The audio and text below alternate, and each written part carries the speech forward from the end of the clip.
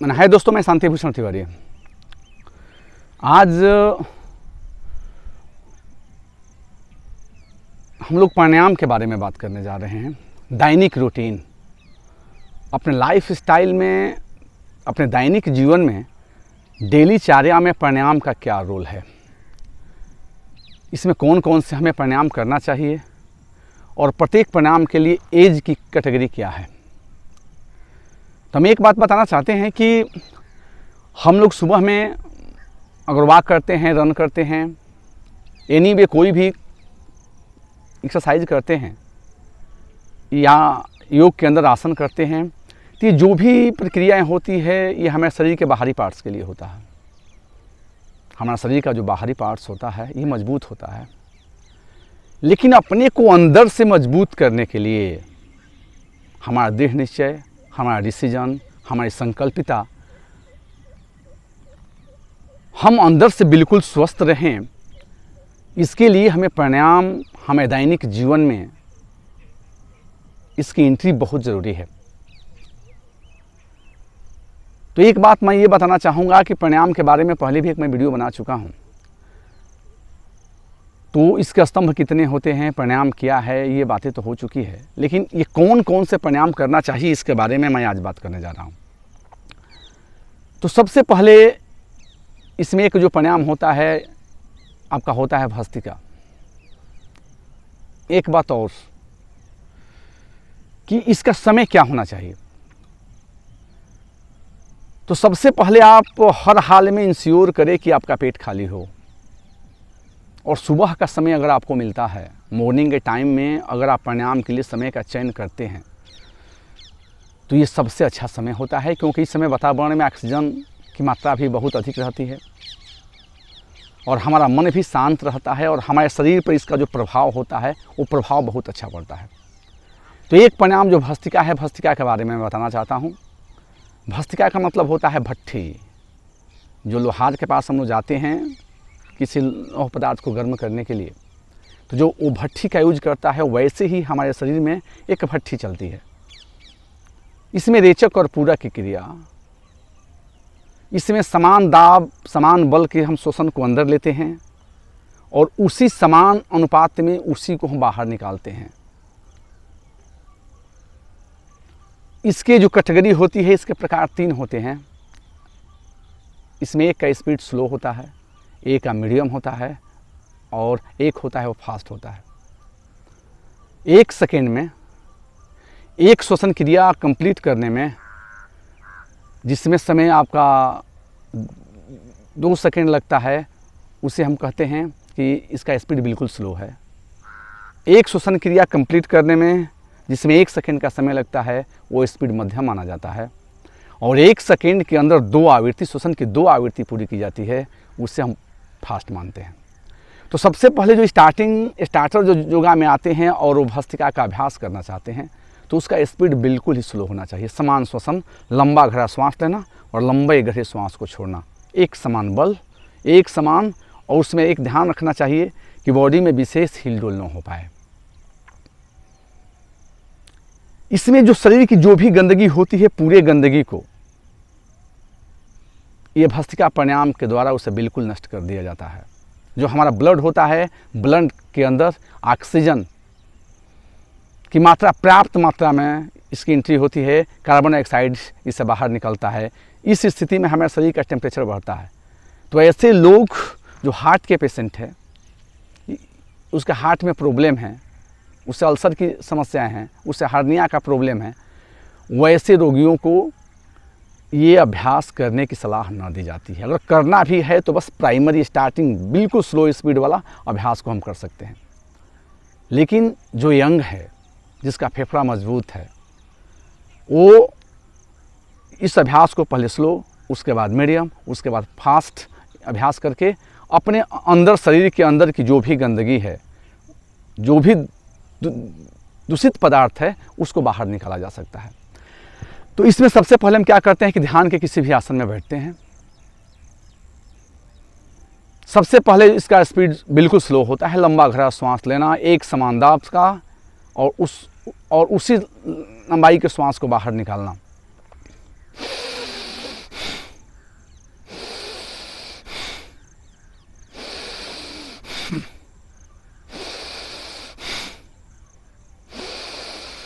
इसका speed slow होता है।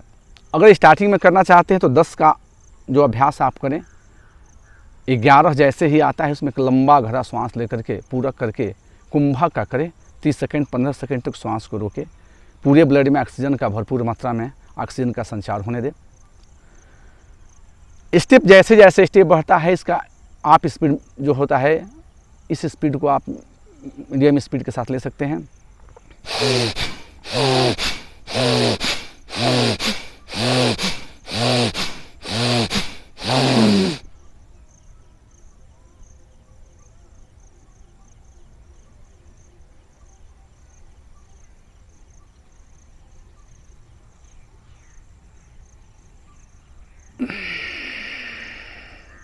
ये जो प्रक्रिया हमारी होती है, तो ये जो स्पीड मीडियम स्पीड होता है, इस मीडियम स्पीड के अंदर इस श्वास को लंबा गहरा श्वास लेना और लंबा गहरा श्वास छोड़ना, इसमें हमारा जो होता है मध्य भाग होता है अंदर की ओर जाता है, उदर क्षेत्र बाहर की ओर। जैसे पूरक की हम क्रिया करते हैं तो मध्य भाग अंदर की ओर जाता है, उदर का फैलाव बाहर की ओर होता है। जैसे श्वास को समान बल के श्वास को बाहर की ओर छोड़ते हैं, हम रेचक क्रिया करते हैं, तो हमारा जो ये मध्य भाग होता है ये बाहर की ओर निकलता है और उदर अंदर की ओर जाता है। हमारा फेफड़ा मजबूत होता है, उदर क्षेत्र मजबूत होता है, पाचन क्रिया मजबूत होती है और हमारे शरीर के अंदर की जो भी गंदगी होती है वो पूरी गंदगी बाहर निकल जाती है। हमारा ब्लड प्यूरिफाई होता है और हमारे अंदर की होने वाली जो समस्याएं हैं, जो भी उससे हम निजात पाते हैं। ये इसमें एक ये जो हमारा समस्या आँख की भी समस्या होती है, उसमें भी ये प्राणायाम हमारे लिए काफ़ी लाभकारी होता है। लेकिन छोटे बच्चे जिसका एज 30 और 40 है, उसका फेफड़ा बिल्कुल स्वस्थ है, वो स्पीड को बिल्कुल फास्ट ले सकते हैं।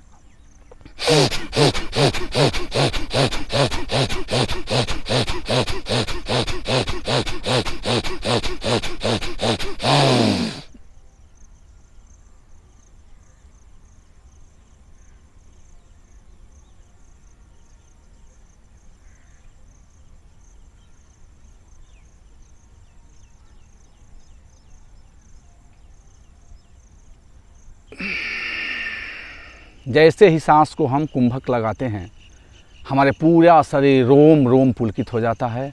हमारे शरीर में ब्लड के अंदर प्रत्येक सेल्स के अंदर ऑक्सीजन की मात्रा भरपूर मात्रा में और हमारा शरीर ऊर्जावान बनता है।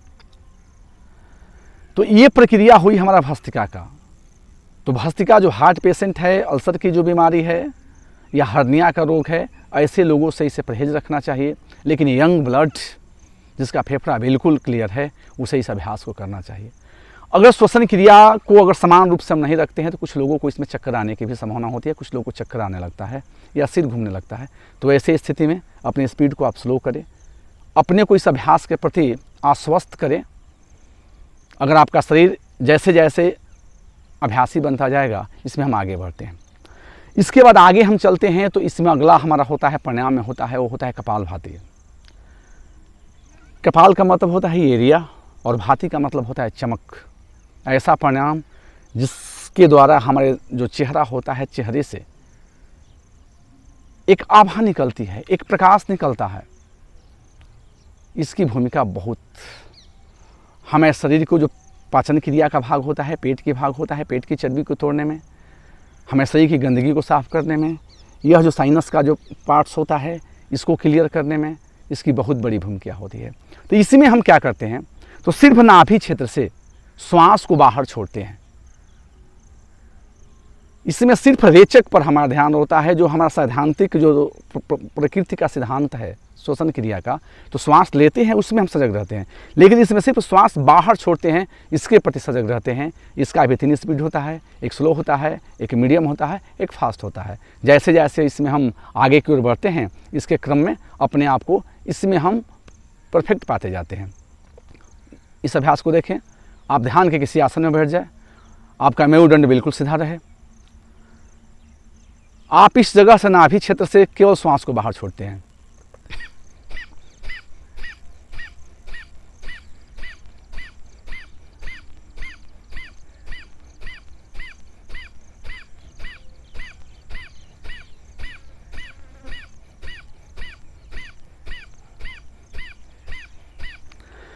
तो ये अभ्यास कपालभाति का अभ्यास होता है। ये दोनों अभ्यास होता है जिससे शरीर में आपका टेम्परेचर बढ़ता है, तापमान बढ़ता है। तो विशेष गर्मी के दिनों में जिससे गर्मी से काफ़ी परेशानी होती है, इस अभ्यास को न करने की सलाह दी जाती है। लेकिन आप स्वस्थ है, 100% परफेक्ट है, दोनों अभ्यास का कम से कम 2-2 मिनट से लेकर के 5 मिनट तक अभ्यास अगर आप दैनिक जीवन रूटीन में रखते हैं, तो इन अभ्यासों के द्वारा आपका बाहरी जो वातावरण है, एलर्जिकल जो इफेक्ट है, हल्का भी होने के बाद जुकाम सर्दी की जो प्रक्रिया होती है, उसे जीवन भर के लिए आप अपने आप को बाहर निकाल सकते हैं। तो ये दोनों ऐसे प्राणायाम हैं जो बिल्कुल ही खाली पेट होना चाहिए। पेट के अंदर आप कुछ करके, नाश्ता करके इस प्राणायाम को न करें, क्योंकि इसका आपके शरीर के ऊपर उल्टा असर पड़ सकता है। लेकिन कुछ ऐसे प्राणायाम अब मैं बताने जा रहा हूँ कि आपके पास समय बिल्कुल नहीं है, आप बिल्कुल बिजी है, ऑफिस के टाइम से लेकर के हर कार्य आपका दैनिक चर्या इतने बिजी है तो आपके पास समय नहीं है। तो भोजन करने के उपरांत भी ये 2 प्राणायाम को हम अपना सकते हैं।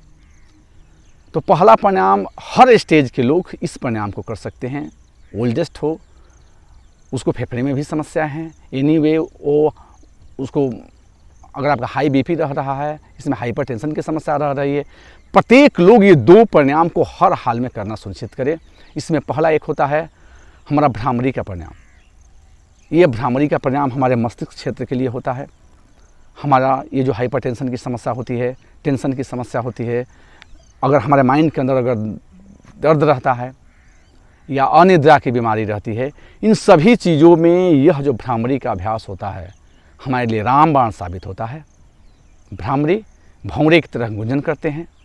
इसमें हम लंबा गहरा श्वास लेते हैं, ओठ को बंद रखते हैं, दांतों के बीच में हल्का गैप रखते हैं और मीठा लंबा गहरा श्वास लेते हैं और यहाँ से गले से भौंरे की तरह रेचक की क्रिया करते हुए पूरे शरीर में गुंजन करते हैं। दांतों में हल्का गैप इसलिए रखते हैं कि जो इसकी फ्रीक्वेंसी होती है वो दांत के कैल्शियम को नुकसान कर सकता है और ओठ बंद रहने पर ओठों से टकरा करके जो तरंगे ऊपर की ओर जाती है, स्पंदन होता है, वो हमारे माइंड को कुलता प्रदान करता है, शीतलता प्रदान करता है। अगर आपका टेंशन ज़्यादा बढ़ रहा है, ज़्यादा है, तो ये अभ्यास को 15 से 20 बार तक आप किसी भी टाइम में, लेकिन सबसे अधिक इसका होता है समय कि अगर सुबह के टाइम या रात में, देर रात के समय सोने के पहले इस अभ्यास को ले सकते हैं।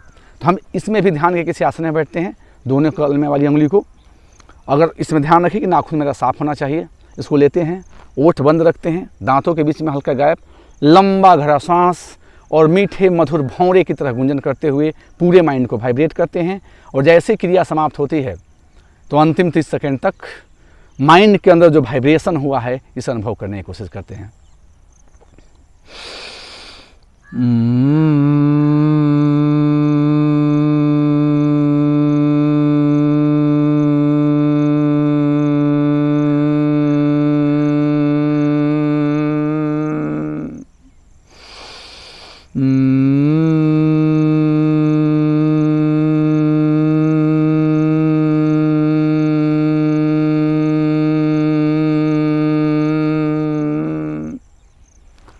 कम से कम ये अभ्यास एक स्वस्थ कर्मी को, एक स्वस्थ व्यक्ति को 8 से 10 बार तक करना चाहिए।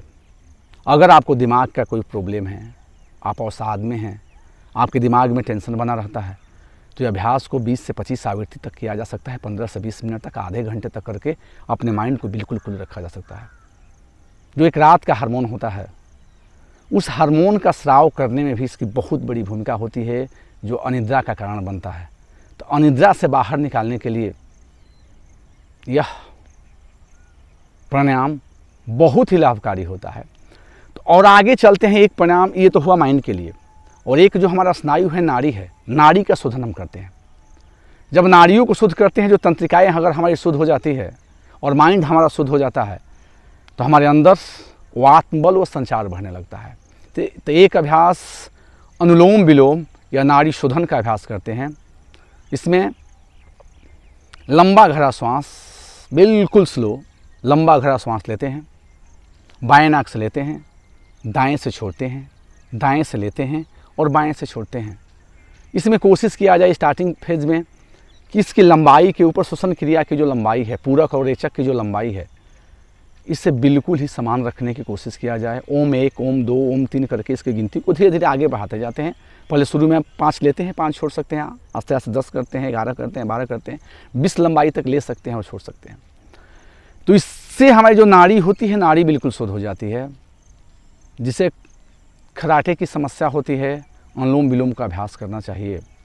तो इसमें अगर हम नसाग्र मुद्रा बनाते हैं तो नसाग्र मुद्रा बनाते हैं। कलमे वाली उंगली और मध्यमा हमारे भ्रूमध्य पर होती है। अनामिका बाएं नाक के पास, अंगूठा दाहिने के पास। बाएं से श्वास लेते हैं, दाहिने से छोड़ते हैं, दाहिने से लेते हैं, बाएं से छोड़ते हैं। एक बात और ध्यान इसमें रखें कि स्पीडली नहीं, इसमें इसका ऐसा प्रमाण है कि अगर नाक पर रुआ का फाहा भी रखा जाए तो ये उड़ ना पाए। बिल्कुल स्लो, समान लंबाई का श्वास लेना और समान लंबाई के श्वास को छोड़ना। आप अपनी चेतना को अपने श्वसन के प्रति सजग ये नसाग्र मुद्रा बनाएं। मेरुदंड को सीधा रखें।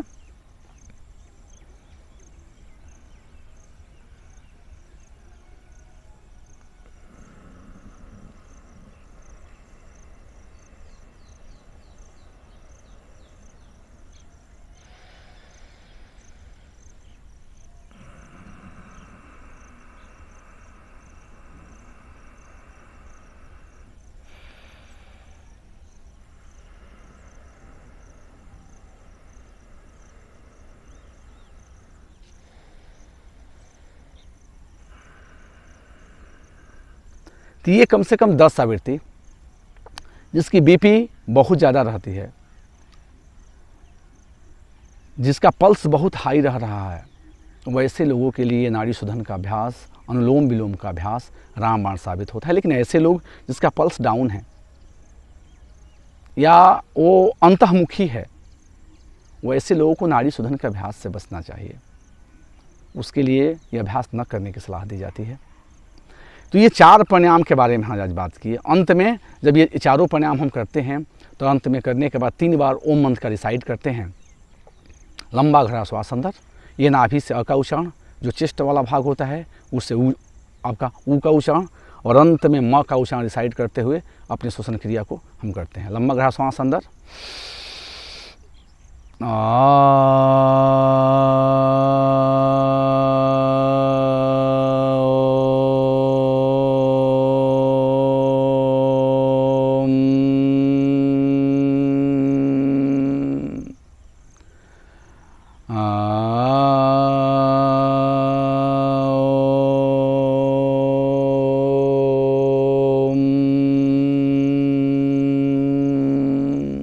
अंत में अपनी हथेली को रगड़ते हैं और अपने आँखों में ऊष्मा का संचार ये करते हुए धीरे से आँख को हम खोलते हैं। तो ये दैनिक रूटीन का ये जो अभ्यास है, ये प्राणायाम का दैनिक रूटीन जो अपने जीवन में हम लाना चाहते हैं, तो कम से कम 2 प्राणायाम। अगर आप कुछ नहीं कर सकते हैं तो भ्रामरी का अभ्यास और नाड़ी शोधन का अभ्यास अपने जीवन की जो स्वीकार्यता है, आपकी पॉजिटिविटी है, उसमें एक बहुत बड़ा रोल अदा करने वाला है। हाँ, हम ये बात सभी लोगों से जो ये मेरे वीडियो को देख रहे हैं उससे मैं ज़रूर बताना चाहूँगा कि बाहरी अभ्यास तो हम कर रहे हैं, लेकिन प्राणायाम को अपने जीवन के अंदर आप सहभागिता दें, उसकी स्वीकार्यता दें, ताकि अंदर से हम अपने आप को मजबूत रख सकें। अगर हम अंदर से मजबूत रहते हैं तो बाहर से दुबले पतले होने के बावजूद भी हमारा डिसीजन, हमारा कार्य क्षेत्र, सब कुछ उज्जवल रहेगा, मजबूत रहेगा। और इस आशा और विश्वास से मैं विश्वास रखता हूँ कि आप लोग अपने दैनिक रूटीन में इस प्राणायाम की एंट्री जरूर करेंगे। हरि ओम तत्सत, हरि ओम तत्सत, हरि ओम तत्सत।